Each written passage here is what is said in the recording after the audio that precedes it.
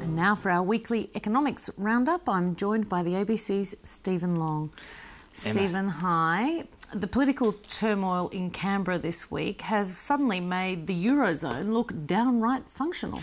It is amazing, isn't it, that we've had this, what some wag called the AAA rated dysfunctionality in Europe, and we've actually managed to overshadow it in one of the best performing economies in the world. Finally made the Europeans look competent by comparison. Truly amazing. Now let's get to the Greek situation. Wasn't this second bailout supposed to end the uncertainty and bring a kind of calm to the markets? The bailout really turned from Greek tragedy to downright farce, Emma, when we had a situation where they announced the bailout, saying that it would reduce debt to 120.5% of GDP in Greece by the end of the decade, just above the target they set last October in Europe. And there'd been a leaked document from the European Central Bank and the European Commission saying that on their baseline scenario, their optimistic scenario, you were looking at 129% of GDP.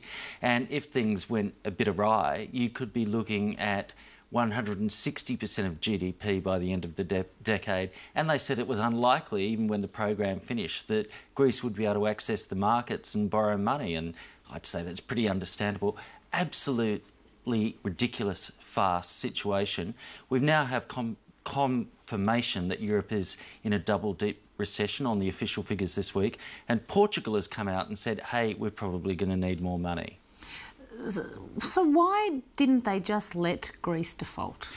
Well, I think it was essentially a couple of reasons. One is worries about spillover effects with these credit default swaps, with the people who take out insurance against Greek default and what that and derivatives contracts could mean. But by and large, Emma, I think it was the demonstration effect that if Greece defaulted, and let's face it, it's all a game. It has actually defaulted, other than in a technical sense, because it can't pay its bondholders.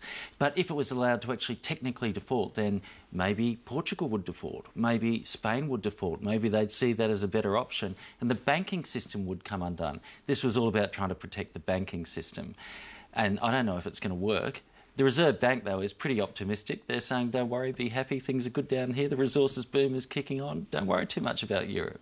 And certainly don't worry about what's happening in Canberra. Stephen Long, thank you very much. You're welcome.